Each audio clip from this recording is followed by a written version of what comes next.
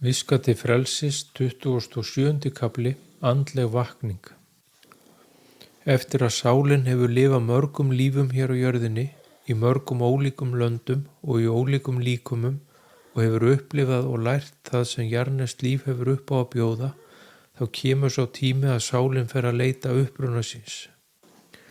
Manneskjan fer að spyrja spurninga. Hver er ég? Hver er tilgangur lífsins? Hvert liggur för mín? Það er eitthvað meira en við skynjum hérna með skynfærum okkar. Þegar manneskjan spyr slíkra spurninga og byrjar að velta öllu þessu fyrir sér, þá er sálin tilbúin að vakna og byrjar að leita heimkynna sinna og uppruna. Manneskjan byrjar að verða forvitun andleg málefni og leitar að fróðleik og upplýsingum sem svarar þeim spurningum sem upp koma. Á þessum tímapunkti eru spurningarnar margar og lítið svör og sannanir. Leitin er hafin að einhverju sem viðkomandi er ekki alveg viss hvað er í raun og veru, en það er eitthvað innra sem kallar. Manneskjan leitar svara við spurningum sjálfan sig, lífið og tilveruna og öll þau kerfi sem við búum við. Augun fara á þessum tímapunkti að opnast fyrir sannleikanum lífið og tilveruna. Í ljós kemur að við lifum í heimi blekkinga og ótta. Það er erfitt og átangalegt að meðtaka og skynja að flest það sem þú trúðir á er byggt á blekkingum og sandi. Manneskjan fyllist í fyrstu reiði og síðan hatri og síðan tekur sorgin við. Hún upplifir sig sem fórnarlamb ráðandi afla og finnst að brotið hafi verið á sér. Það skapast mikið hatur innra með henni og þetta er erfiðu tími. Hversu lengi þetta varir er misjafnt eftir persónum.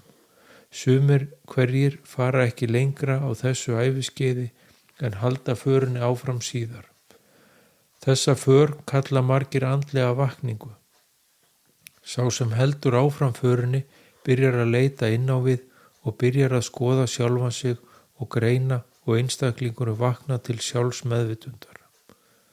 Síðan hefst ferlið að gera upp og sættast við fortíð sína og fyrirgefa sjálfum sér og öðrum er stór liður í þessari för. Markmiðið er að hreinsa hugan fyrir öllum ótta og neikvæðni og smátt kemur meiri kærleikur í brjóstið. Áhugin á andlegum málefnum eykst jafnt og þétt og þau verða að lokum allsráðandi í huga viðkomandi. Andleg málefni eru vítt hugtak sem snýr að ólíkum leiðum að sama marki. Að vakna til sjálfsmeðvitundar og vera meðvitaður sjálfan sig og lífið og tilveruna og allt í kring. Að opna augun fyrir sannleikanum, að sjá í gegnum blekkingarnar og ekki síst sjálfsblekkinguna sem skapar innri ótta og kvíða. Andleg málefni snúast fyrst og fremst þig og þitt innra og þína vegferð. Þeir andlegu kennarar og meistarar sem þú lest sem farið hafa þessa för á undan þér, eru aðeins leiðbeinendur. Það er þú og þín vegferð sem skiptir máli. Þú ert þinn eigin frelsari og þú þarft að takast á við sjálfan þig á þinn eigin hátt. Leiðir að markinu eru ólíkar, þótt niðurstaðan sé sú sama hjá öllum. Því það er misjafnt hvað það er sem hentar hverjum og einum. Þegar þú byrjar að ganga hinn andlega veg, þá finnur þú fljótt hvað það er sem þér hentar. Að lokum nærðu að tengja þig við visku alls sem er í hjarta þínu og þú verður þinn eigin kennari, en þar til það næst, þá er gott að njóta leiðsagnar andlegs kennara sem farið hefur veginn áður til að leiðbeina þér inn á réttar brautir. Viskan býr í þögninni. Lærðu að setjast niður í þögn og tæma hugan og á lokum mun viskan og kærleikurinn fylla brjóstitt og þú munt öðlast þinn djúpa skilning á fólki, lífinu og öllu í kringum þig. Allt í einu verður tilgangur lífsins svo augljós og það eru engar spurningar í huga þínum því engu er ósvarað. Skynjun þín verður í gegnum tilfinningarnar og þú veist svarið án þess að vita hvaðan það kemur og þú ert orðin andlegur lærimeistari fyrir aðra og byrjar að vísa öðrum þann veg sem þú hefur gengið.